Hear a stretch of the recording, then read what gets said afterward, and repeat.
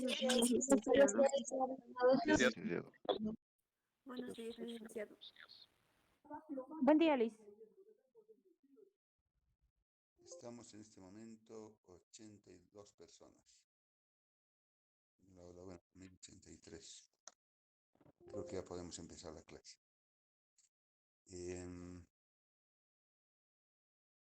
Bueno, lo que habíamos quedado que los lunes, antes de empezar la clase, hagamos 20 minutos de reflexión sobre los temas nacionales e internacionales. En cuanto a los temas nacionales, obviamente está lo de las elecciones, pero creo que podríamos darnos ese plazo de una semana para evaluar globalmente todo lo de las elecciones. Ya hemos evaluado el tema, pero queda un tema internacional, que es el día de mañana se conmemora un año más del Día Internacional de la Mujer. Entonces, amerita hacer una reflexión y después de la reflexión, todas las compañeras y las mamás de los compañeros y hermanas reciban un caluroso saludo. Pero podemos intercambiar algunos criterios y, y bueno, entonces me gustaría que podamos, tomen la palabra, que saben del Día Internacional de la Mujer, que se conmemora y me parece ese tema, ¿no? Creo que hemos avanzado el tema. Bueno, el tema de elecciones creo que va a ser interesante que lo veamos con mayores cantidades de datos para hacer un análisis más completo. Podríamos darnos el plazo para el próximo lunes sí, digamos, hablar sobre el Día Internacional de la Mujer, ¿no? Entonces, yo les cedería la palabra a los compañeros para que hagamos un balance histórico de esta fecha y de tal manera que también ustedes tengan conocimiento e información al respecto. Entonces, tienen la palabra, compañeros.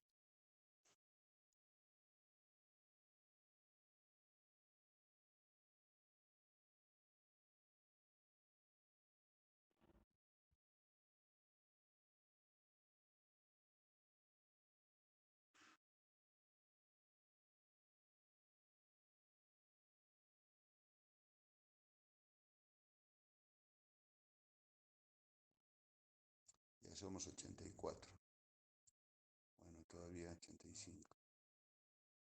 Todavía nos quedan 15 plazas. Bueno, tienen la palabra, chicos. Compañero.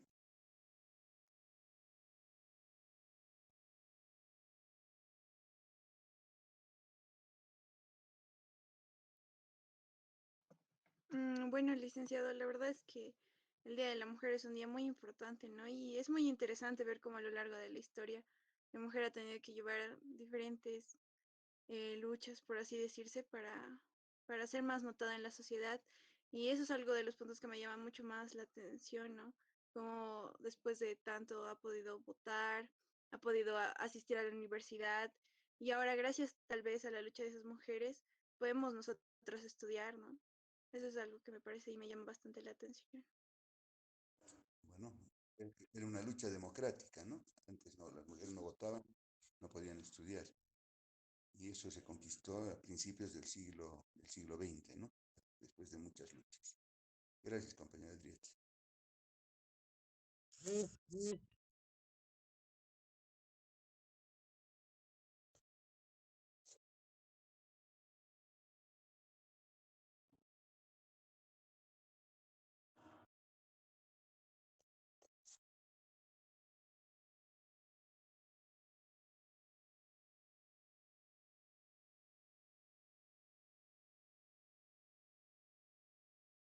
Una pregunta que podría ser, ¿desde cuándo viene la opresión de la mujer, ¿no? Porque lo que existe es un fenómeno llamado opresión de la mujer, es decir, el que no tenga derechos igual que un varón, digamos, ¿no?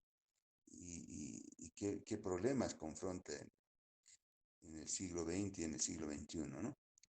Pero desde el punto de vista histórico, ¿desde cuándo es el tema de la subvaloración de la mujer? ¿No?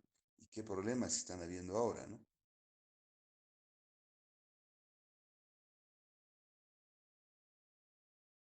Lick, ¿pudiera responder la pregunta? Adelante, compañero. Su imagen siempre, por favor. Digo que sí. Gracias. Sí. Buenas, Hola. Lick. Una vez me comentaron en una clase de historia de que esto se remonta desde hace muchísimos años, bueno, millones de años atrás, desde la creación del hombre, desde que el hombre empezó a quedarse en lugares, en lugares para sobrevivir, para todo eso, se empezó a dividir. El hombre iba a cazar y la mujer empezaba a cuidar a los niños o a hacer otras cosas. Yo creo que más o menos desde ahí nace la separación social la separación de clase entre el hombre y la mujer. Y un dato más, y es que el día de hoy, una vez me dijeron hace muchísimo tiempo que no se tiene que felicitar a la mujer, porque según esa persona que me dijo es porque están haciendo una lucha y no es un día cualquiera, o sea, como un día de la bandera, o un día del niño, o un día de la mujer, digo, un día de la madre. Es por eso que me dijeron que no se felicita a la mujer el día de hoy. O sea, igual está en internet, lo cual desde 1909 en la ONU creo que se oficializó y unos días después hubo una quema o un incendio en una fábrica donde murieron 134 mujeres y más o menos por eso se conmemora el Día de la Mujer. Gracias, compañero Jesús. Hay varios datos Okay, que son interesantísimos. Igual habría que ajustar, ¿no? Las Naciones Unidas conmemora oficialmente el Día Internacional de la Mujer en 1971, por si acaso, es su resolución. Y la quema de las mujeres es en 1844. Solo con esos dos ajustes, el resto es una información valiosa. Gracias, compañero Jesús. Está bien, y perdón por los datos malos. No, no, es solamente para ajustarlos y que tengan precisión, nada más. Pero muy bien, hay información valiosa que está aportada.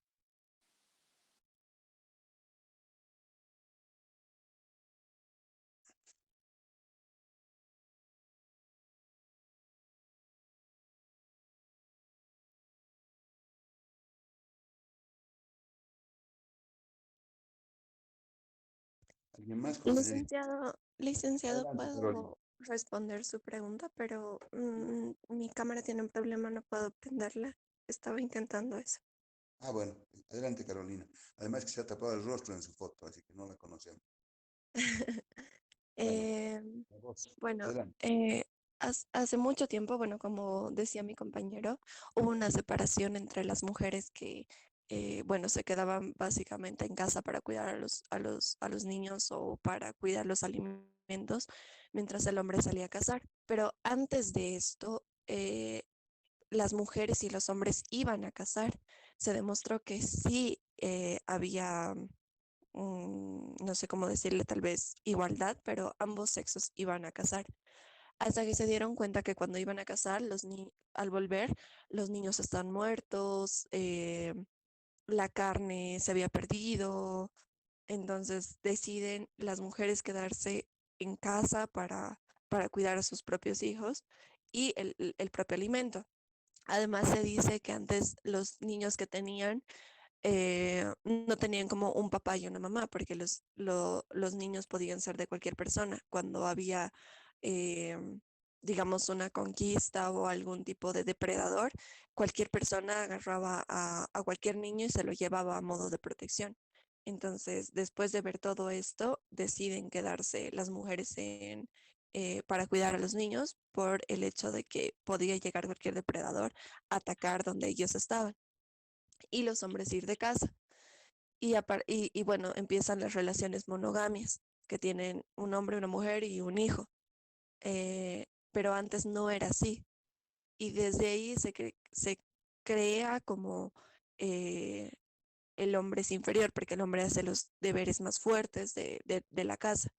Bueno, luego podemos ver algo más fuerte, donde la mujer no es tal vez tomada en cuenta, desde la aparición de Dios o Jesús, que, bueno, básicamente no podía ser un gobernador de alto rango porque Dios era hombre y no era mujer.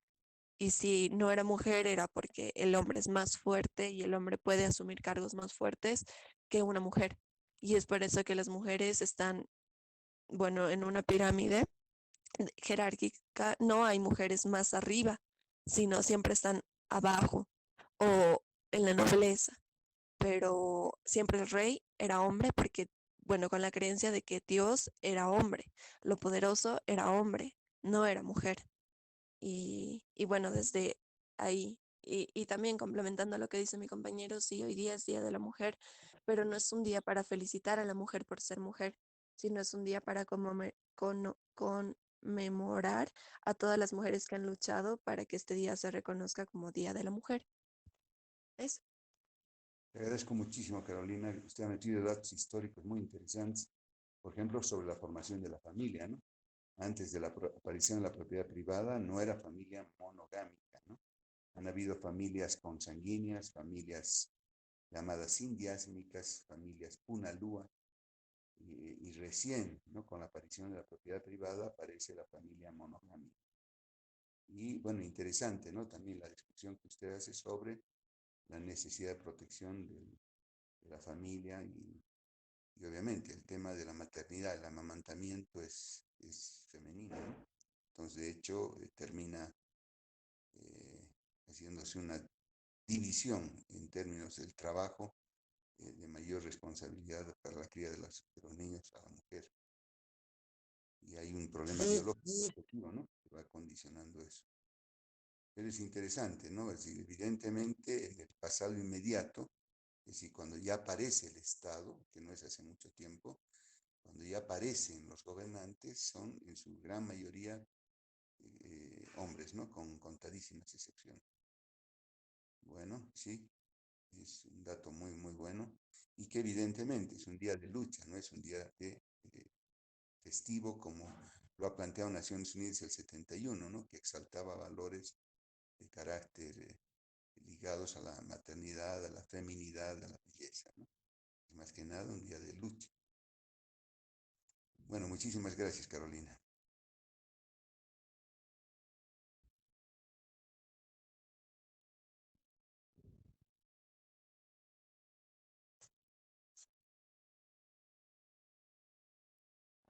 Somos 90, tenemos 10 plazas más, a ver, para que el MIT soporte. Bueno, tienen la palabra, compañeros.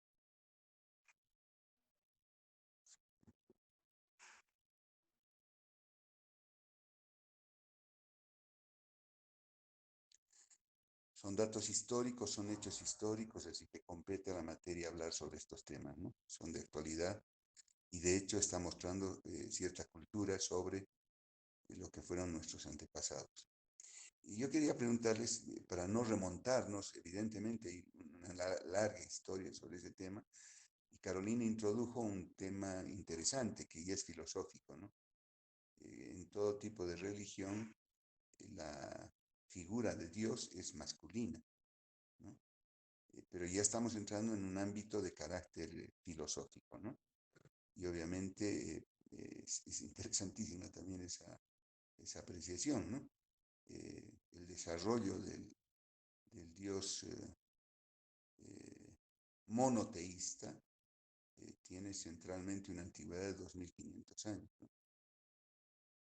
Antes la visión del Dios era politeísta, ¿no? Es decir, había muchos dioses. ¿No? Y en todas las culturas, y la propia palabra cultura deviene del momento en el que los hombres empezamos a cultivar el suelo, ¿no? Que no es hace mucho tiempo, ¿no? Que son apenas hace 10.000 añitos. Si tomamos en cuenta la existencia del hombre hace 5 millones de años, no es una gran cosa, ¿no? La cultura deviene del cultivo del suelo, ¿no? Cuando aparece la cultura, se asocia a la tierra como el Dios que da y puede desarrollar la vida, ¿no? Es decir, hace crecer las plantas. Y en todas las culturas, prácticamente sin excepción, todas las culturas han denominado a ese fenómeno de la naturaleza que no lo podían explicar como un dios, y el dios fue femenino. En la cultura aymara se llama Pachamama, ¿no? Pero en todas las culturas han denominado con nombres femeninos, en momentos en que todavía había el politeísmo, ¿no? Cuando se creía que había muchos dioses. Pero lo curioso es que, no lo curioso, hay una explicación muy interesante respecto al tema de que cuando aparece la agricultura, quienes cuidaban de la semilla para que se pudiese garantizar el proceso de reproducción en términos agrícolas era la mujer. Y desde ese punto de vista, varias culturas han denominado a sus dioses, como en el mundo andino, Pachamama, es un dios femenino, ¿no? Bueno, eso. Buenos días, licenciado. Adelante, Arismendi. Me Disculpe, licenciado. No puedo prender mi cámara. No sé si así podría puedo hablar, pero participar. voy a recomendarles, como ya está bien, excepcionalmente, pero no es presencial la clase, pero sí en la virtualidad necesito verlas. De alguna manera, las propias facciones son importantes para conocerlas, identificándolas. Pero está muy bien, adelante, compañera. Ya, Lili. La complementando próxima. lo que usted dijo y mi compañera Carolina, eh, hay que también hacer notar que al quedarse las mujeres con los niños y quedarse en tiempo pasado, quedarse en vez de ir a cazar junto con los hombres, ellas han descubierto la forma de plantar los sembradíos, cultivar, digamos, nuevos alimentos, así, ya que se quedaban y veían cómo crecían las plantas y veían de cómo volvían a rebrotar, cómo salían sus frutos y demás. Y también agregando a lo que del Día de la Mujer, el 8 de marzo de 1910, en una fábrica de textil, fueron incendiadas, si no me equivoco, 129 mujeres que fueron quemadas vivas, ya que por la protesta que estaban haciendo. Y muy aparte de esa fecha, en el 8 de marzo de 1917 en Rusia, mujeres salieron a las calles protestando por sus derechos laborales y económicos. Eh, Eso sería mi aporte, licenciado. Muy bueno. Por si acaso, en 1910 fue el primer congreso de mujeres socialistas, lideradas por Clara Zetkin y la señora Rosa Luxemburg, dos alemanas de orientación marxista, y que eran dirigentes de un partido de la clase obrera, que no son estos partidos que están pagados por el Estado, sino que eran los obreros, la sociedad civil la que pagaba plata para esos partidos, y ellas hacen el primer congreso de las mujeres socialistas. Y en ese congreso, y creo que fue en Copenhague, definen nombrar el 8 de marzo como Día Internacional de la Mujer en conmemoración a la quema de las mujeres que se dio medio siglo antes en New Jersey, en una fábrica de textiles. Entonces ellas dicen, ¿qué día podemos hacer un Día Internacional de la Mujer? Y fijan el 8 de marzo como que sea la fecha para que todas las mujeres trabajadoras fundamentalmente pudiesen dar ese tipo de pelea. Y una de las fechas más importantes es la que usted menciona, en 1917, el 8 de marzo, en el calendario ruso es en febrero, porque no es el calendario gregoriano, es otro tipo de calendario, pero el 8 de marzo en nuestro calendario gregoriano se inició una movilización, como todos los 8 de marzo, que ya desde 1910 se hacía en el mundo entero, y ese día, desde las fábricas de Viborg, se hace una gran movilización las mujeres a la cabeza, las mujeres, pero estaban todos los hombres y todos, como muchas revoluciones, como la Revolución Francesa, que también estuvieron las panaderas, pero estuvo todo el pueblo acompañando toda la movilización, y cayó el zar, ¿no? Es decir, la primera revolución, la gran primera revolución en Rusia, que derroca la tiranía y el zarismo, porque es en el feudalismo donde se asienta, se acrecienta la opresión de la mujer, ¿no? Entonces cae el zarismo, ¿no? Y que dura por poco tiempo y en octubre toma el poder las mujeres obreras y los hombres, ¿no? Toma el poder la clase obrera, por primera vez en la historia de la humanidad. Gracias por los dos datos, compañera Venus Molina Arismendi. Licenciado, buen día. Quisiera participar, ¿sí?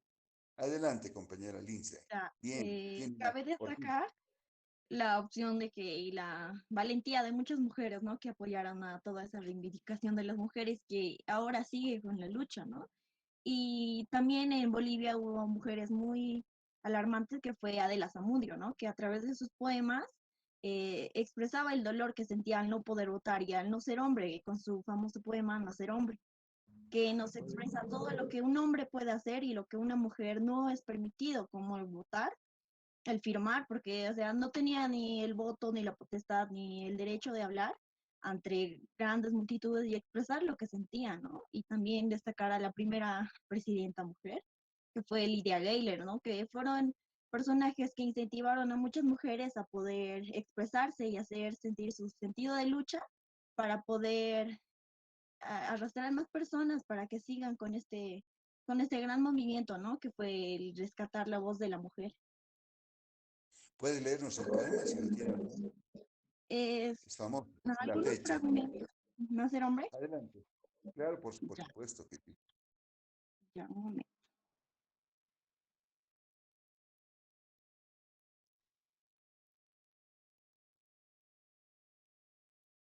Un momento, está cargando el documento.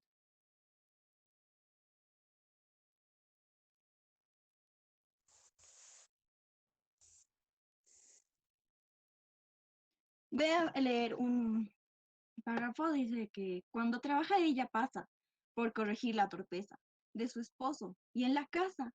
Permítanme que me asombre, tan inepto como fautudo. Sigue él siendo la cabeza, porque es hombre. Si en algunos versos escribe, de algunos esos versos son, que ella solo los suscribe. Permítanme que me asombre, si ese alguno no es poeta. ¿Por qué tal suposición? Porque es hombre. Una mujer superior en elecciones no vota, y vota el pillo peor. Permítanme que me asombre, con tal que aprenda a firmar. Puede votar un idiota, porque es hombre. Esa parte sería la que puedo destacar, digamos, que nos dice que un hombre, simplemente por el derecho de ser hombre, puede hacer muchas cosas que una mujer no, y aunque tenga más inteligencia y más superioridad, no es escuchada ante la sociedad. Claro. Eh, y el día del nacimiento de Adela Zamora, el que ha dado origen al Día Nacional de la Mujer, ¿no? Porque hay 2 días que se conmemoran. Es significativo porque el momento, ¿qué año escribe ese poema de la Zamudio? No dice la fecha. No recuerdo, pero Adela Zamudio nació el 11 de octubre de 1854. Entonces, el rato que ella estaba joven, era principios de siglo, en ese momento la sociedad era muy dominada por todo el ambiente de tipo feudal todavía, ¿no? El capitalismo recién nacía en Bolivia. Entonces, tener esas ideas eran realmente revolucionarias, ¿no? Es decir, muy valioso el aporte de Samudio y muy linda la inquietud, Lindsay. Gracias por enriquecer con ese Gracias. poema la clase.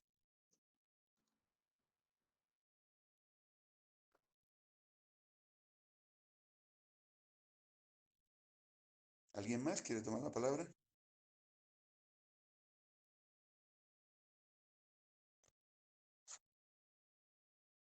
Ya somos 95 personas, a ver, tenemos 5 espacios más. Pero creo que sí, el MIT sí está nomás cumpliendo su rol. El resto no creo que no quiera entrar por, por decidir, sino que deben haber problemas laborales y técnicos. Bueno, ¿alguien más, compañeras? Creo que ha sido bastante interesante. Quisiera dar algunos criterios de provocación respecto a este tema, y es que hay un aspecto muy importante, para no remontarme demasiado hacia atrás, hay una polémica muy interesante sobre el problema de cómo se fueron estructurando los roles de la mujer, pero cada vez más se ha establecido de que la preeminencia masculina sobre lo femenino fue justamente cuando aparece la propiedad privada de los medios de producción. Al igual que una compañera señalaba de que no siempre hubo una familia monogámica en el curso de la historia, en el desarrollo de la historia de la humanidad no siempre hubo propiedad privada de los medios de producción. Entonces, esencialmente en los pueblos ganaderos, quien empieza a tener el control de los medios del ganado era el hombre, ¿no? Y también en el tema del control de la propiedad de la tierra, del suelo, que es la base de la producción durante 10.000 años, ¿no? Entonces, con ese desarrollo de la propiedad privada, también hay una modificación interesante sobre el tema de la forma de familia. La que precede a la familia monogámica es la familia sindiásmica, y a la que precede a la familia sindiásmica es la familia punalúa. Me referiré a estas dos formas de familia. La sindiásmica todavía existe en nuestros días, especialmente en el mundo musulmán, y es que un hombre puede tener cuantas mujeres pueda él mantener, ¿no? Se llaman los harems. Eso es una familia sindiásmica. El hombre puede tener relaciones sexuales con varias mujeres sin ser penalizado, porque eso está admitido legalmente, pero si una mujer tiene relaciones sexuales con otros hombres, es penado con la muerte, ¿no? Y ese fue un tipo de familia que pervivió durante 3.000 años. Y la familia Punalúa se descubrió que fue precededora de la familia sindiásmica por estudios de un señor Morgan, que estuvo viviendo con comunidades primitivas en Norteamérica. Y entonces una familia Punalúa es una familia en la cual la economía está basada en la recolección, fundamentalmente una agricultura muy primitiva, pero es la recolección y la caza lo que es lo fundamental, y ese tipo de familia también en el siglo XX todavía se conocía en Hawái, en pueblos muy primitivos, es las relaciones sexuales entre grupos de hombres y mujeres de la misma generación. Se excluyen las relaciones con generaciones superiores o inferiores. Pero esencialmente al no saber quién es el padre, sí se identifica a la madre, y muchas veces tampoco a la madre, porque a veces el amamantamiento podía ser por otras mujeres, pero centralmente es la mujer a la que se la conoce, pero no al padre, porque pudo haber sido el padre de cualquiera. Entre los descendientes se llamaban en Hawái punalúas, porque no sabían si eran hermanos, medio hermanos, de madre o de padre, ¿no? Entonces, se llama por eso familia punalúa. Entonces, el fenómeno de la aparición de la propiedad privada obligaba a que aquel que tenía ganado o tenía tierra tenía que heredar una vez que estaba muerto, que iba a morir, y la herencia tenía que pasar a su descendencia, y en este caso la descendencia tenía que ser garantizada, que sea del propio progenitor. Entonces, una familia sindiásmica, una familia punalúa no le garantiza de que su descendencia sea su propio progénito. Es decir, no es decir, porque podría ser del amigo o de cualquier persona. Entonces necesitaban tener certeza de que su progenie era de sí mismo. Entonces, la familia sindiásmica en realidad es una necesidad que tiene la sociedad para adecuarse a las condiciones de la nueva situación, porque antes no había propiedad privada del suelo ni de nada, ¿no?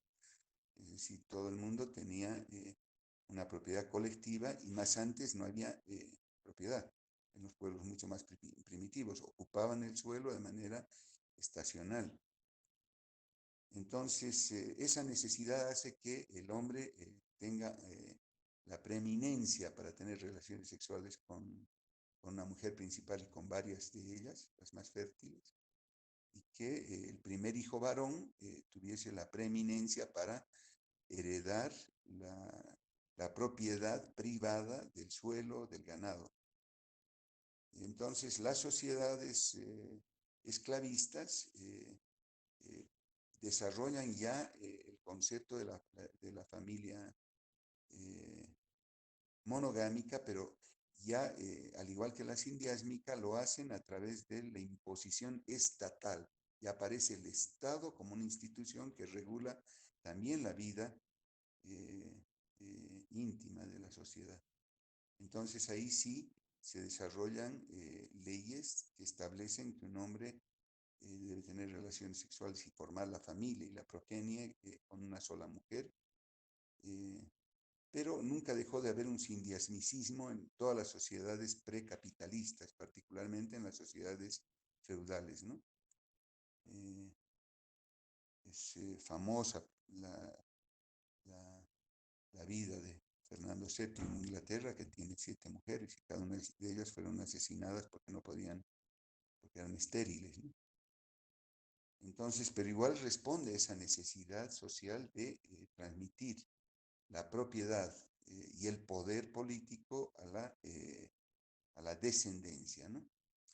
Entonces, ese es el aspecto. Entonces, el origen de la opresión es ciertamente muy antiguo, veremos cuán antiguo, si es como algunos compañeros decían, ya desde el momento en que aparece el hombre sobre la tierra y que ya tiene una división del trabajo entre sexos, es decir, caza y recolección, caza para el hombre y recolección para la mujer, en la agricultura, ¿no? La mujer que se hace más cargo de cuidar las semillas, pero es evidente y clarísimo que en las sociedades feudales hay un patriarcalismo acentuado.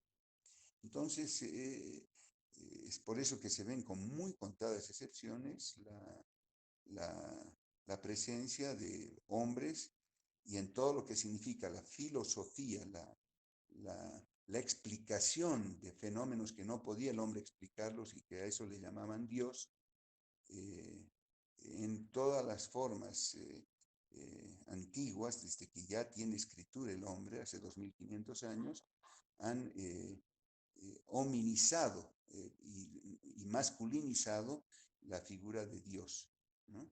Es decir, en las distintas religiones han sido figuras masculinas por ese fenómeno de que ya en términos económicos quien tenía el dominio del medio de producción, la propiedad privada de los medios de producción era el hombre. ¿No? Eso ha sido típico en las sociedades asiáticas que preceden a la esclavista. En el esclavismo ha sido ya manejado con leyes el tema de la forma de familia, es decir, que si el que tiene más de una mujer o el que tiene más de un hombre está sancionado. Y en el caso de la mujer era con mucho más violencia, el famoso empalamiento era la muerte de una mujer que tenía más de un hombre a través de, ¿no? Es decir, la mataban con apedramiento, pero no empalamiento, apedramiento, ¿no? Las apedreaban, las lapidaban, lapidamiento es el término correcto. En las sociedades feudales de la misma manera, ¿no? Es decir, es la propiedad de la tierra, del ganado y del poder el que imbuye a que las formas legales desarrollen la familia monogámica. Y en el capitalismo, por supuesto, se acentúa con mayor fuerza, es decir, el tema de la familia monogámica era imprescindible porque sigue siendo la propiedad privada y obviamente en ese momento también se transmitía fundamentalmente al varón, pero podía ser también a la mujer.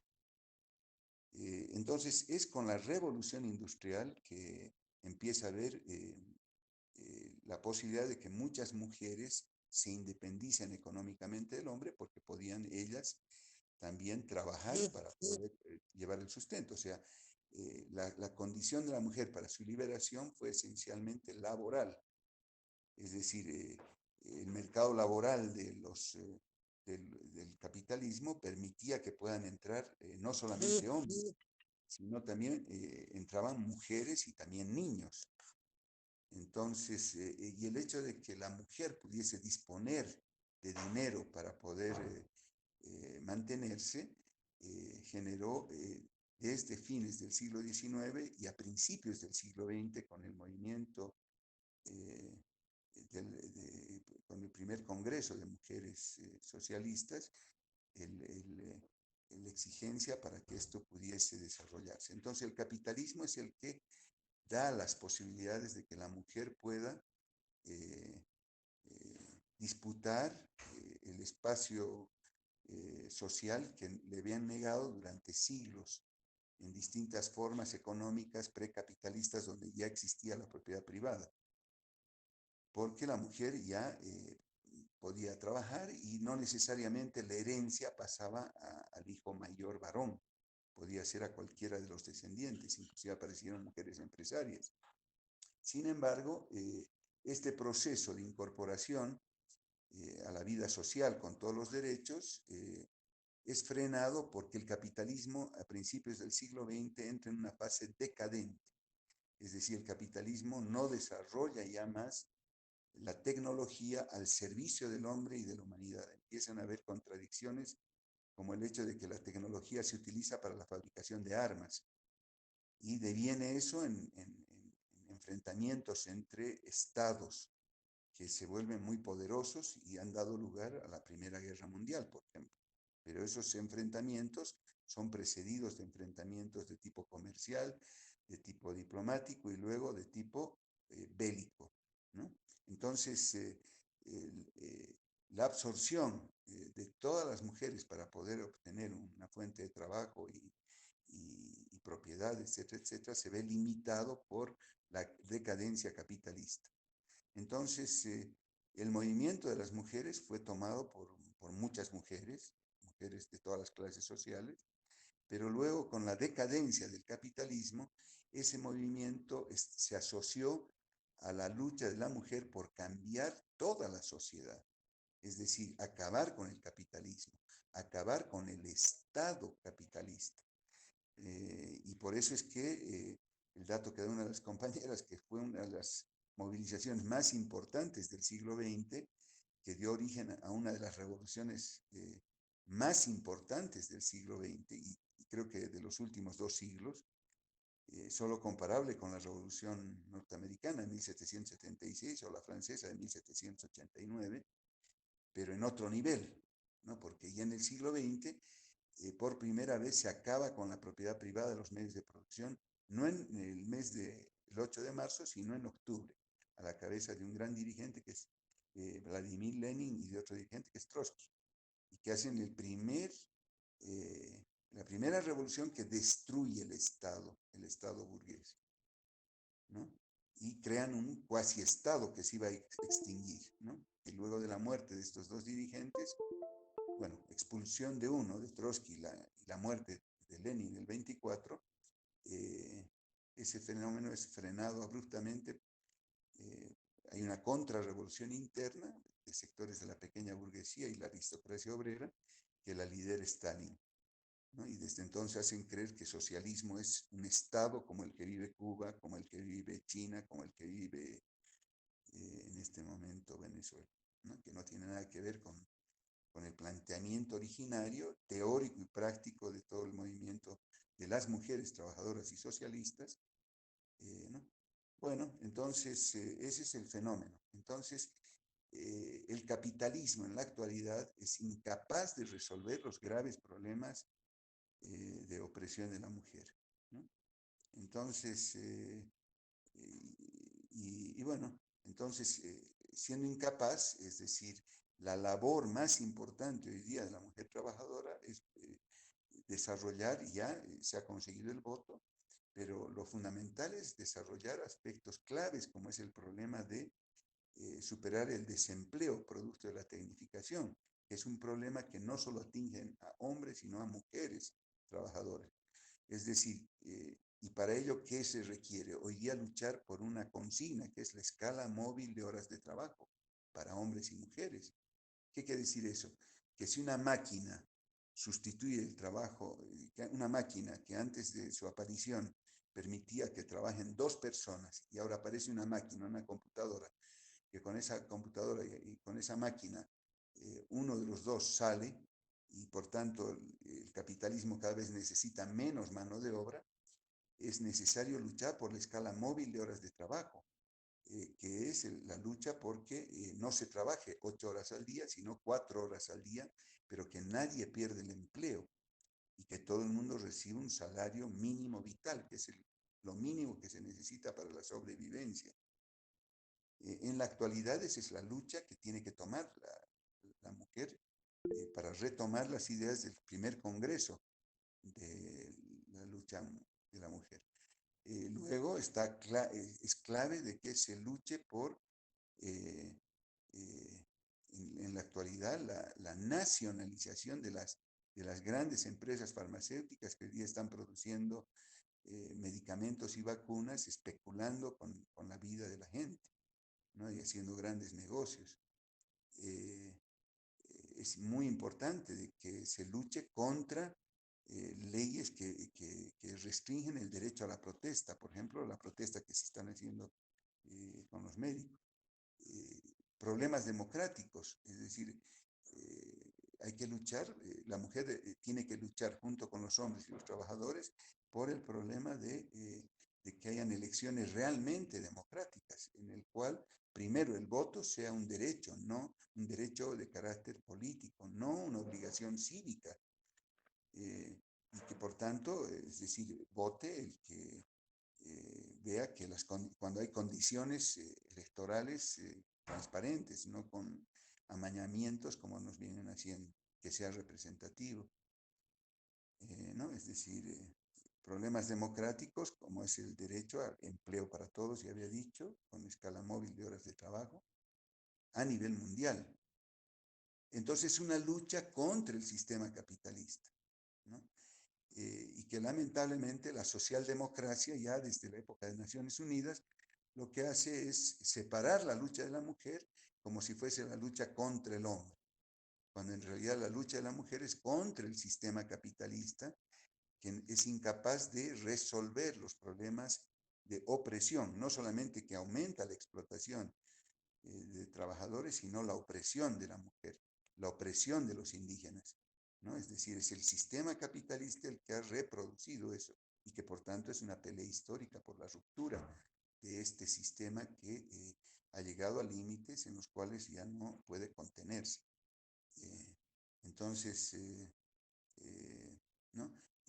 Hay deformaciones tremendas en los últimos años, particularmente en los gobiernos socialdemócratas, pseudo socialistas como el de Evo, que han sacado leyes en defensa de la mujer que, lejos de resolver problemas de igualdad, están generando desigualdades tremendas, abusos tremendos, porque el derecho no puede, en la sociedad capitalista, por lo menos no puede discriminar quién es hombre y quién es mujer. Y por mucho que salgan leyes contra el feminicidio, contra la violencia de la mujer, mientras se creen las mismas condiciones económicas que son las que generan la mayor violencia, además de una falta de educación, eh, a pesar de que existen las leyes, continúa la violencia, continúan los feminicidios, ¿no? Y que por tanto ese fenómeno tiene que ser tomado de conjunto por la sociedad y mostrando la incapacidad que tiene el Estado, la gobernanza, para poder resolver estos gravísimos problemas, ¿no? Entonces, sea este 7 de marzo, víspera del 8 de marzo, un momento para reflexionar los temas que estamos viendo, ¿no? La mujer tiene que luchar junto con el hombre por recuperar la autonomía universitaria que le hemos perdido desde hace muchos años. No a través de gobiernos militares, sino a través de gobiernos civiles que han generado una distorsión en lo que significa partido político. Hoy día partido político es sinónimo de partido que recibe plata del Estado y que es sinónimo de corrupción, ¿no? Y cuando en realidad eh, Rosa Luxemburg, Clara Zetkin, en ese momento jamás se habrían imaginado que un partido podía ser pagado por el Estado, porque el partido siempre tenía que ser pagado por los militantes, los obreros que en ese momento militaban, ¿no? Es como si la Central Obrera Boliviana hiciese su propio partido, que se intentó el 2013. Es luchar por herramientas democráticas que apunten a la transformación revolucionaria de la sociedad, a ver sociedades postcapitalistas que superen el estado de cosas actual y no hacer pequeñas reformas que lejos de ayudar a que realmente todos los seres humanos, hombres, mujeres, indígenas, no indígenas, azules y amarillos o lo que sea, podamos ser vistos como iguales, ¿no? Es decir, en términos de todo, no solamente de los derechos, sino, bueno, eso sería un aspecto importante, sino también desde el punto de vista del acceso a todo lo que significa la economía y la sociedad, ¿no? Es decir, derecho a una educación digna, a una salud, a una vivienda, a un empleo. Es decir, eso significa cambiar las bases económicos, sociales de un sistema que se está cayendo, ¿no? Entonces, pequeñas reformas o enfrentar hombres versus mujeres, lo único que hace es desviar la atención de un aspecto central. Hoy, como fue al inicio la lucha de la reivindicación de la mujer, por sus derechos, por el voto, los derechos democráticos, ¿no? Por acceso a igualdad de condiciones, solo se podrá dar en una nueva sociedad. Esta sociedad capitalista hará algunos tipos de pequeñas reformas que en última instancia no terminarán resolviendo los problemas de fondo. En la actualidad, la lucha de la mujer obrera, digamos, es más próxima que de aquella mujer empresaria que en sus fábricas explota a la propia mujer y la oprime a la propia mujer. La lucha de la mujer tiene que aproximarse más a la lucha de la clase obrera que está peleando por esa escala móvil de horas de trabajo, a todos los hombres y mujeres que peleamos por la recuperación de la autonomía universitaria, y no aquellas mujeres que, ¿no? Es decir, tienen en su poder no solamente gran cantidad de economía, sino el poder político, ¿no? Nosotros no podemos estar unidos en esta lucha con un personaje como, ¿no?, la actual vicepresidenta de Estados Unidos, ¿no? Una nación ultrapoderosa, pero cuya labor es la explotación de cientos de millones de mujeres y de hombres, y no solo en Estados Unidos, sino a nivel mundial. Bueno, era mi provocación, compañeros, como de costumbre, para poder contribuir en esta comprensión y a ver si puede servir de algo esta reflexión. Había algo en el chat que no pude leerlo, pero lo puedo leer.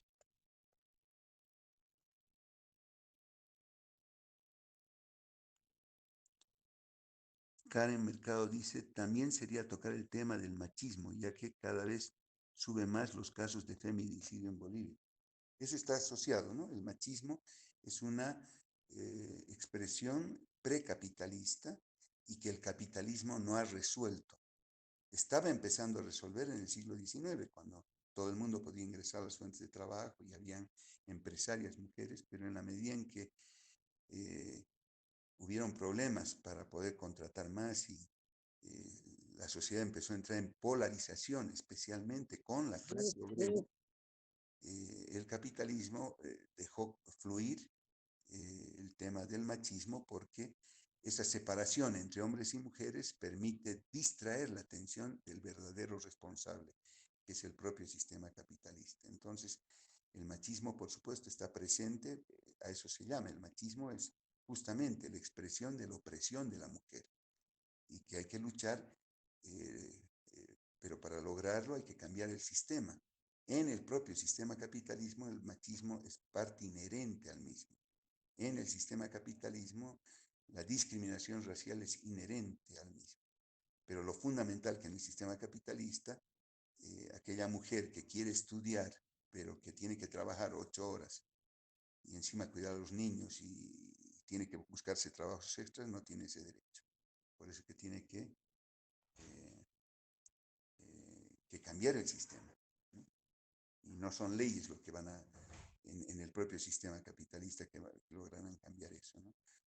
Porque eso se consigue a través de un proceso que se llama libertad política colectiva. Los derechos te los entregan, pero también te los quitan. Y la libertad política colectiva es de un proceso de ruptura, ¿no? De revolución. Y esa revolución no puede ser solo de mujeres.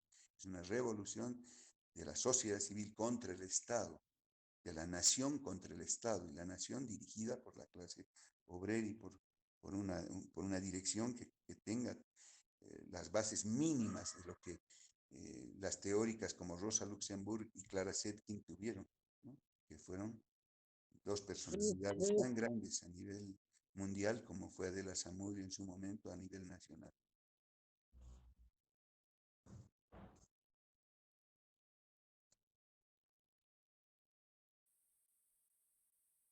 Bueno, como ya saben, no puedo detenerme sobre todos estos temas ad infinitum, pero son parte de la historia y están metidos en el tema de poder, ¿no? Quien detente el poder sigue siendo el propio capitalismo. Inclusive pueden poner mujeres en determinados momentos, o poner a un indígena, o poner a un negro, como fue en el caso de Obama, pero detrás de ellos sigue siendo manejado por esa oligarquía financiera y propietaria de grandes medios de producción que utiliza imágenes, pero si sigue el Estado como tal, que es la herramienta que sale de la sociedad, pero que es utilizada en contra de la sociedad, las condiciones de opresión de la mujer continuarán estando. Entonces, desde ese punto de vista, compañeras, y solo desde ese punto de vista, de luchar, de llamar a todas las compañeras a luchar por estas reivindicaciones y en nuestra universidad a luchar por recuperar la autonomía universitaria, básicamente porque hay injerencia política desde el Estado hacia nuestra universidad. O sea, no hay independencia ideológica, somos un peón más del aparato del Estado, ¿no? Y por tanto, el Estado le interesa que nadie lo controle para poder estar a disposición de la corrupción, pero al mismo tiempo ponerse al servicio de estos grandes poderes nacionales y mundiales. La lucha es por la autonomía y por todos los derechos democráticos de la mujer en el camino de la ruptura contra la sociedad capitalista, lo cual implica unirnos hombres, mujeres, intelectuales, varones y mujeres. Entonces, desde ese punto de vista, quiero transmitirles un gran abrazo a las compañeras y compañeros que estamos en esta pelea, ¿no? Que no es privativo solo de la mujer esta pelea. Es una lucha de toda la sociedad civil, de todos los trabajadores, que tenemos que hacer carne de ella, como es la lucha contra cualquier forma de discriminación en nuestro medio, ¿no? Especialmente la racial, ¿no? Que está muy metida, ¿no? Que eres morenito, que eres blanquito, que eres rubito. Cuando el género humano somos todos iguales, pero sí identificar al propio capitalismo como el principal responsable y el Estado, el gobierno de turno, como el principal promotor del machismo, de la desigualdad, del racismo. Por mucho que esté un indígena, por mucho que esté una mujer, por mucho que esté un negro a la cabeza del poder.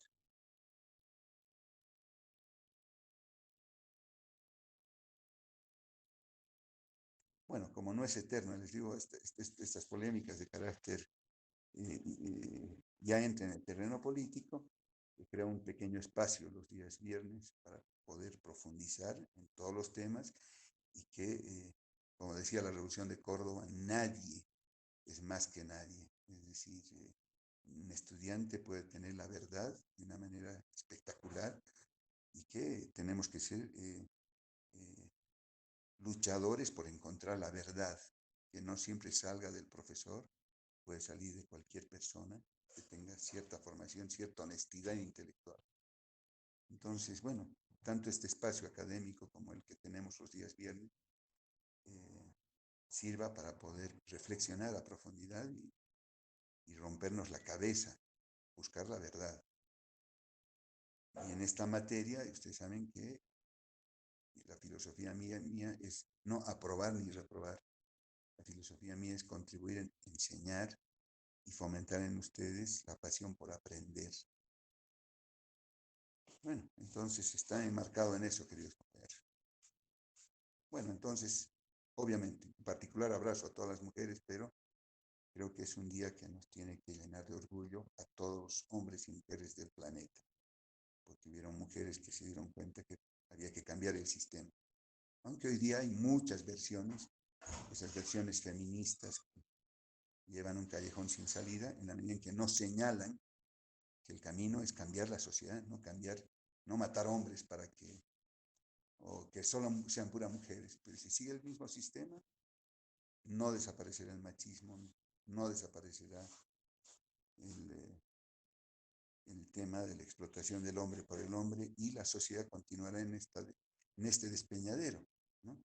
En pleno siglo XXI no podamos saber cómo se puede no vacunar, sino cómo curar a un simple virus, ¿no? Bueno.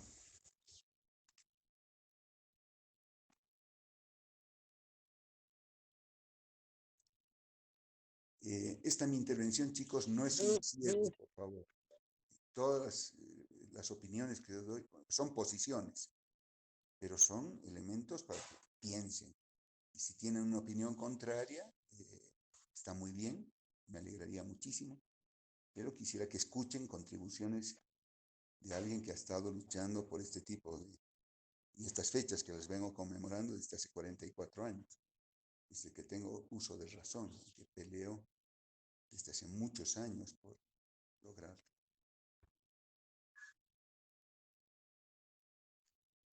Con esto yo acabaría esta primera parte de la clase, si no hay un comentario adicional.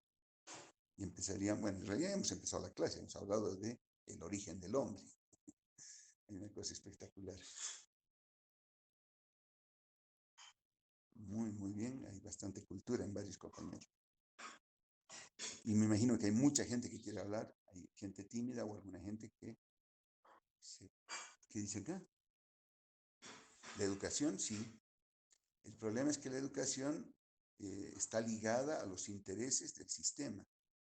Entonces, por eso también es muy importante el tema de la autonomía universitaria. Por ejemplo, los temas que yo estoy abordando no podrían dárselo en la secundaria o en un colegio o en una universidad privada. Entonces, hay que recuperar la autonomía ciertamente en el sentido pleno de la palabra, pero tenemos todavía pequeños resquicios de autonomía. Por ejemplo, el decir lo que es la ciencia y decirlo abiertamente, sin ningún tapujo. Y esa fue la limitación que había hasta 1930, porque la universidad estaba dominada por el Estado y por la Iglesia. Entonces, recuperar la autonomía universitaria es justamente tener una educación científica. Porque educación, ¿qué quiere decir? Conocer la realidad tal cual es, ¿no? Y sin ocultar nada, sin distorsionar nada. Entonces, otra vez volvemos a una reivindicación democrática. Recuperar la autonomía y profundizarla, porque todavía hay cosas que tenemos que profundizarlas, pero mínimamente recuperarla, que no esté dominada la educación, por lo menos universitaria, desde el Estado. Y la educación superior está totalmente dominada por el Ministerio de Educación. Ahí nadie puede salirse de los parámetros que impone el Ministerio. Y por tanto el Estado, es decir, el Poder Ejecutivo, que conocemos cuál es su peligrosidad para la sociedad. Entonces, otra vez miramos al enemigo, que es el Estado, que es el mecanismo que tiene las clases dominantes hoy día, la oligarquía financiera mundial, para mantener las cosas como están y generar la infelicidad, porque no solamente genera pobreza, genera infelicidad, ¿no? Del planeta entero, ¿no?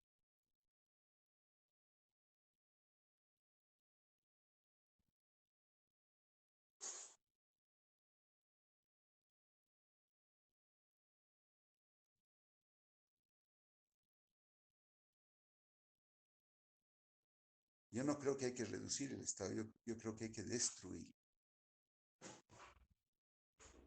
Y hay una transición en esa, pero es toda una polémica muy interesante, que ese es el objetivo también de nuestra clase. Es decir, la lucha por la autonomía se acabará cuando desaparezca el Estado. Y el Estado, para poder entender qué es, ¿no? Que es manejado por el gobierno, ha aparecido recién hace 4.000 años. 4.000 años, cuando empiezan a aparecer las clases sociales y se fortalece cuando aparece la propiedad privada de los medios de producción y con ello la diferenciación de clases. Entonces, la clave para saber el cómo ir hacia una sociedad sin que haya Estado es que hay que ir a una sociedad sin propiedad privada de los medios de producción. Estos grandes medios de producción, los que manejan las farmacéuticas, los que manejan las grandes fábricas de automóviles, de energía y de todo, sin esa propiedad privada de los medios de producción, cuando se eliminen las clases sociales y por tanto el Estado deje de ser necesario. El Estado apareció solo cuando aparecen las clases sociales, hace 4.000 años. Hace 10.000 años, hace medio millón de años, no había Estado. ¿No? No habían instituciones, porque Estado es institución. Institución está definida por hombres especializados en el manejo del poder.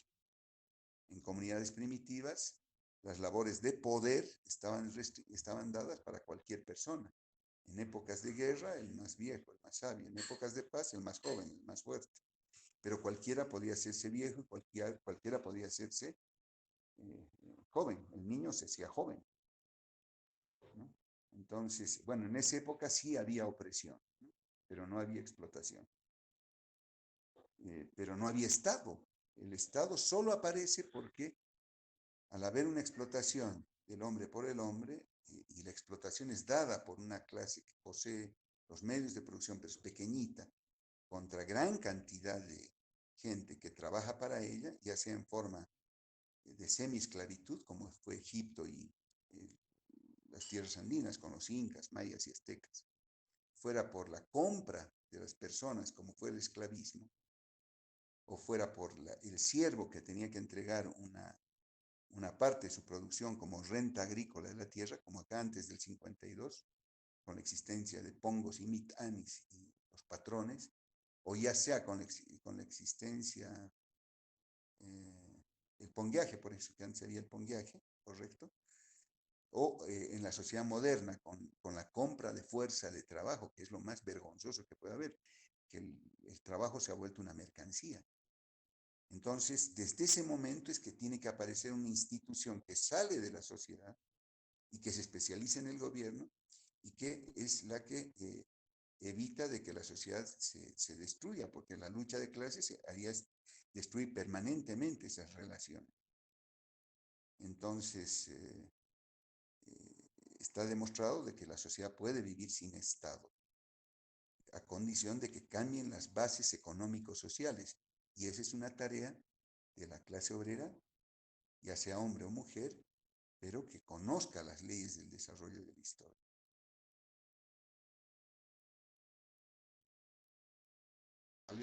Varones y mujeres, y como estamos hablando de las mujeres, dos mujeres que son fascinantes, como es Rosa Luxemburg y Clara Zetkin, que se las recomiendo que algún rato las puedan ver, se las anoto.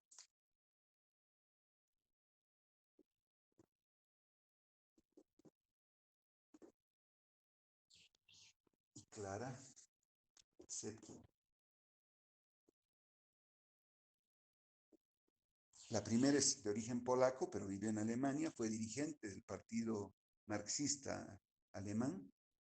Y Clara Zetkin nació en Alemania, que también fue parte del partido marxista alemán. Alemania tenía los mejores intelectuales del siglo XX. Y que especialmente la primera, la segunda sobrevive, pero la primera después de la Primera Guerra Mundial, en una gran insurrección obrera, que ella lo dirige en Alemania, es apresada por el gobierno socialdemócrata, como digamos como el de Arce actualmente, y es asesinada, ¿no? Junto con un compañero de lucha que se llama Karl Leibniz. Entonces, obviamente, personalidades de este tipo en el siglo XXI, siglo XX, enfrentarse a todo un sistema y al Estado es jugarse el pellejo, ¿no? Pero esas muertes no son en vano, ¿no? Hoy día podemos recordarla con cariño por lo que hizo desde 1910. Fueron estas dos señoras que hicieron la iniciativa, ¿no? De tomar esta reivindicación que no había sido resuelta por el capitalismo, que más bien se acentuaba toda su crudeza, la opresión de la mujer, enganchándola con la necesidad de la transformación revolucionaria de nuestro medio. Entonces, es destruir el Estado, puede haber un semi-Estado, como diría Marx, en la transición, pero que se extinga rápidamente. En la medida en que ya no hay clases, ya no hay Estado. Lo curioso es de que por eso es que le hacen tanta crítica al socialismo, porque en realidad lo que hay es una caricatura de socialismo en China. China dice no solo es socialista, es comunista, pero el Estado es un aparato de represión tremendo que sigue fortaleciendo los privilegios de una casta que maneja todo el aparato, que se pone al servicio de la gran oligarquía y oprime a nacionalidades, a quienes piensan distinto y a las mujeres.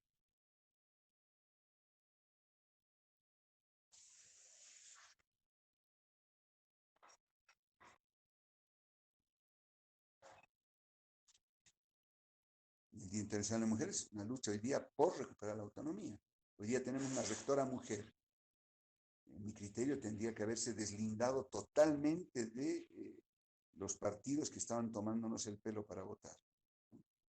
Es decir, llamando a no votar o llamando a votar nulo, que sí, ¿no? Pero simplemente se restringió a decir de que estaba mal lo que dijo Andrónico y se quedó calladita, ¿no? María Eugenia. Y entre otras cosas le digo María Eugenia porque además tendría que ser así nuestro trato entre iguales, no solo entre docentes, sino entre docencia y estudiante. Pero además porque ella es de mi generación, ¿no? Ella en el poder y yo en la base. Pero porque considero que mientras no se cambien las reglas del juego, hay siempre la absorción. Personas buenas metidas en un sistema ya en sí mismo diseñado para la corrupción se pudre. Personas malas que tienen sistemas que más o menos están en condiciones mejores pueden pasar más o menos desapercibidos.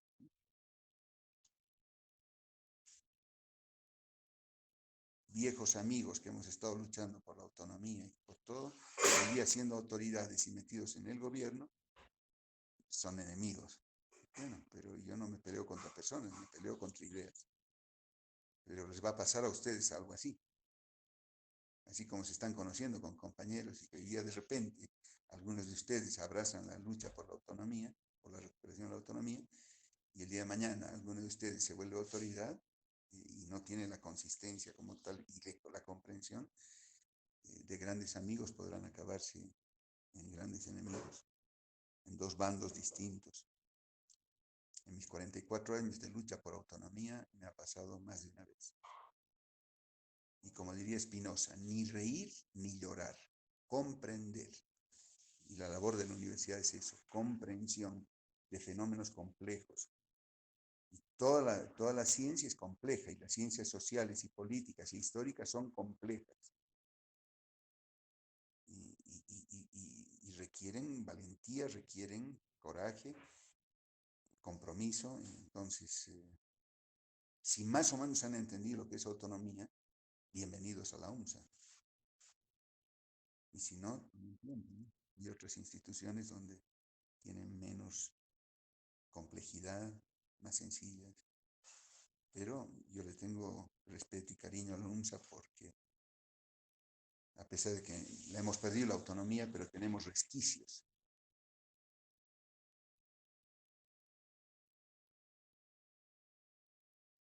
O sea, los hombres y mujeres no somos exactamente iguales, por supuesto. La ley de la biología muestra eso, ¿no?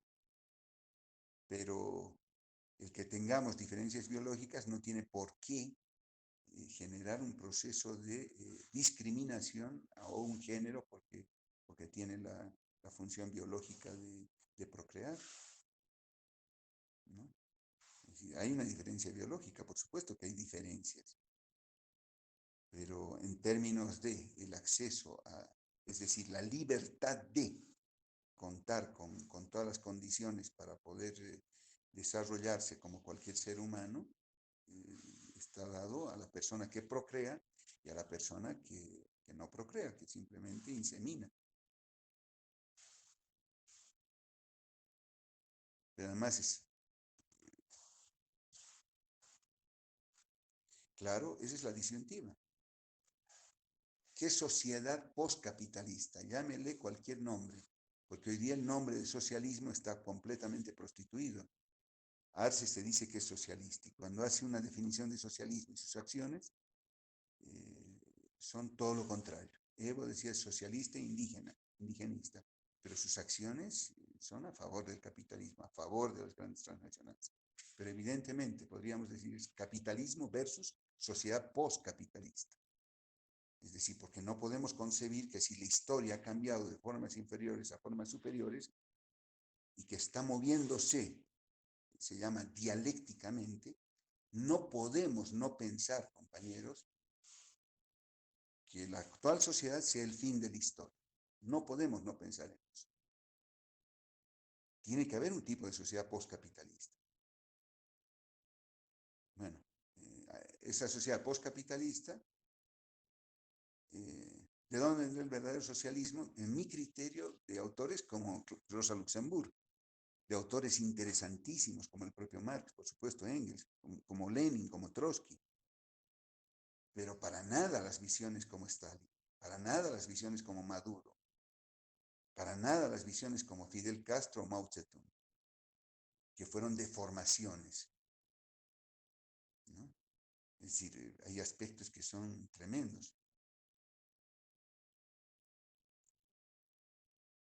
Claro, y luego hay que entender que es ideología muy interesante, por supuesto, ¿no? Es decir, mientras hay clases sociales hay ideología, eso es cierto, porque ideología es, digamos, el sistema de ideas que uno tiene y que refleja algo de la realidad, porque no toda ideología es completamente falsa, digamos, ¿no? Algo de la realidad.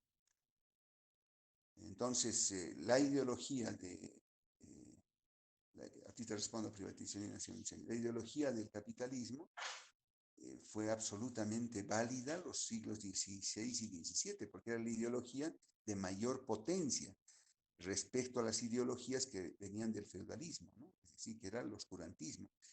La época de la Ilustración es la época de mayor desarrollo científico, en la época en que el capitalismo era joven y estaba desarrollando.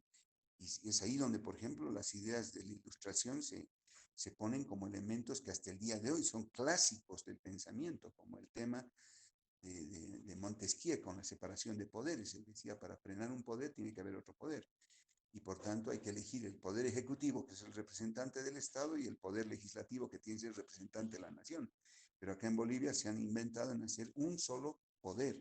Se eligen en una sola vez a concejales y alcalde. Y por tanto el concejal y el alcalde son una misma cosa. Y es un solo poder. Y Montesquieu dice, si se tiene el poder concentrado en una sola persona, la única forma de gobierno es la corrupción. Y hasta el día de hoy es una ley. Y por tanto son fenómenos que hay que transformar, ¿no? Entonces, y luego, bueno, entonces ideología es un sistema de ideas y esas ideas del capitalismo fueron brillantes para la época en que el capitalismo estaba luchando contra el feudalismo, ¿no? Y estaban naciendo. Y hoy día el capitalismo ya ha dominado todas las esferas de la producción y es más, está dominando por la concentración de capital, una oligarquía minúscula de personas manejan todo. Es una barbaridad que sean tan poquititas personas que manejen los medios de comunicación y los medios de comunicación virtuales. Entonces, hay que ir hacia, la fabricación de medicinas, hay que ir a la nacionalización de esos medios de producción. No puede estar en manos de tan poca gente. El costo de una vacuna es de $0.01 y nos los venden a $10 y somos 8.100 millones de personas. Entonces, está mostrando a cada momento de que el que esté concentrado el poder económico, los grandes medios de comunicación en muy pocas manos, está llevando a deformaciones que pueden llevar inclusive a la destrucción de la sociedad actual, ¿no? A la implosión. No solamente, cuando no se cambian las cosas a tiempo, las civilizaciones pueden acabar. Y hay más de una muestra de eso, ¿no? Entonces es un desafío además de vida o muerte, no solamente una discusión teórica. Entonces sí, nacionalización es un aspecto clave, que no es lo mismo que estatización. Evo Morales estatizó Entel, es decir, pasó a manos del Estado, y el Estado es manejado por esta cúpula. No, nacionalización es manejado por la propia nación, es decir, por los trabajadores de base, por toda la masa, por toda la nación boliviana, a la cabeza de la clase trabajadora, que es la clase obrera, que es la más revolucionaria cuando tiene un buen programa, ¿no? Una idea correcta, porque si ese programa está prostituido por ideas ajenas a la clase obrera, a los intereses históricos de la nación y de la clase obrera, como dice el Estatuto Orgánico, evidentemente vamos a tener la figura de un obrero, de un indígena a la cabeza, pero el Estado y todo queda intacto. Entonces hay que mirar con ojos muy críticos. No es sencillo. Entonces, quien se ha metido a ciencias sociales pensando que la cosa era muy facilita, más fácil que la matemática, o que la química, la física, que no dejan de tener complejidades enormes, pero es una ciencia muy compleja, la ciencia social, muy compleja, ¿no? Tiene sus leyes ligadas a la historia, pero que ustedes tienen que lograr desentrañar la verdad a partir de mucha crítica, de mucho pensar.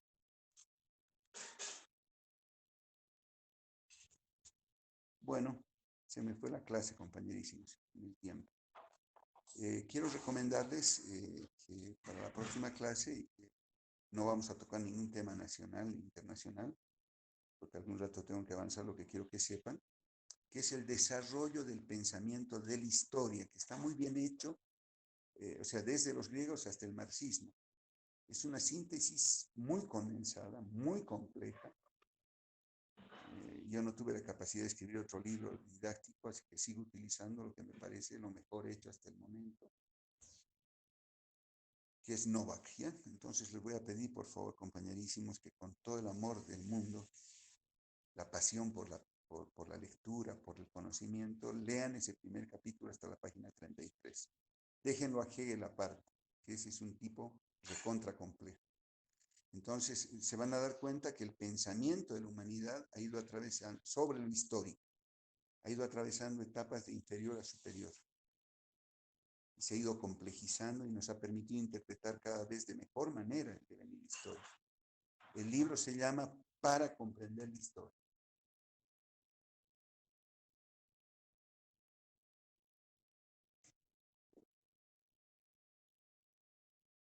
Ya se los he mandado al chat de manera para comprender la historia, correcto.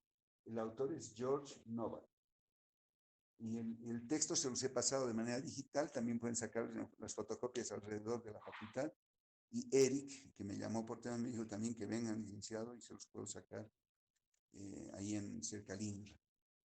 Entonces vean ustedes que es bueno tener también el libro en físico, si quieren se lo imprimen, y si no, si tienen tiempito, se dan una vueltita por una fotocopiadora, sale más barato y se sacan una copiecita bien anillada. Entonces, hasta la página 33, bien leído, George Novak. Novak. Licenciado, una pregunta. El Adelante. capítulo 1 simplemente está comprendido hasta la página 18 y el capítulo 2 ya abarca desde la 19 hasta la 33. Y usted dice que simplemente leamos el capítulo 1. Sí. Mil disculpas, compañera. Sí, tiene usted toda la razón, porque yo estoy pensando en el texto impreso, no en el digital. Tiene usted toda la razón. Gracias por la aclaración. Lean solamente hasta antes de Hegel. No sé qué página está en el digital, porque evidentemente el digital tiene menos páginas. Tiene toda la razón. Y me alegra que usted haya intentado hacerlo. Le agradezco muchísimo. No lean todo el primer capítulo, si lo leen todo el primer capítulo, espectacular, ¿no? Háganlo, hagan fichas de eso. Pero quiero que por lo menos se ubiquen en el desarrollo de dos conceptos. El concepto de cuando la humanidad tiene concepto de lo histórico, o sea, cuando la humanidad se da cuenta que las cosas pasan, y cuando la humanidad tiene conciencia de las causas del devenir histórico, que es cuando hay la revolución metalúrgica hace 2500 años. Entonces, ¿A repetir conciencia de qué dijo? la conciencia de lo histórico, o sea, cuando las personas ya empiezan a darse cuenta de que las cosas pasan, y es solo cuando aparece la agricultura. Pero todavía no hay una comprensión en la humanidad de las causas del devenir histórico. Eso solo se da después de la revolución metalúrgica en Grecia, hace 2500 años, ¿no? 500 años antes de nuestra era. Ahí la gente ya no solamente tiene conciencia de que las cosas pasan, sino por qué pasan. Y ahí hay una descripción muy buena del autor, porque han habido dos concepciones filosóficas, idealistas y materialistas. Las idealistas que partían de la idea de Dios y las materialistas que partían de la idea de la sociedad. Y es un tinco entre las dos concepciones que ha permitido la formación de nuevas ideas y más complejas. Y quiero llegar antes de la revolución industrial, que ya es un salto impresionante. El gran amauta, si se quiere, en términos del pensamiento, es Hegel, Federico Hegel. Muy complejo, pero el autor más o menos lo sintetiza de manera sencilla. Igual van a requerir de mucho tiempo para entenderlo este hombre, pero por lo menos conózcanlo por la tapa. Y a ver si puedo contribuirles a hacer una comprensión superior. En la medida en que ustedes se esfuercen, chicos, léanlos, agarran a los clásicos. Y Novak agarra todos los clásicos.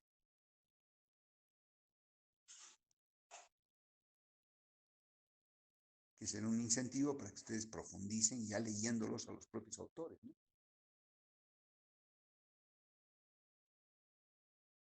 Pero me parece muy bien organizado cómo lo ha hecho este profesor, porque daba clases en la Harvard, en Estados Unidos, ha muerto recién hace unos 10 años. Así que yo estoy utilizando sus materiales, que me parecen buenos.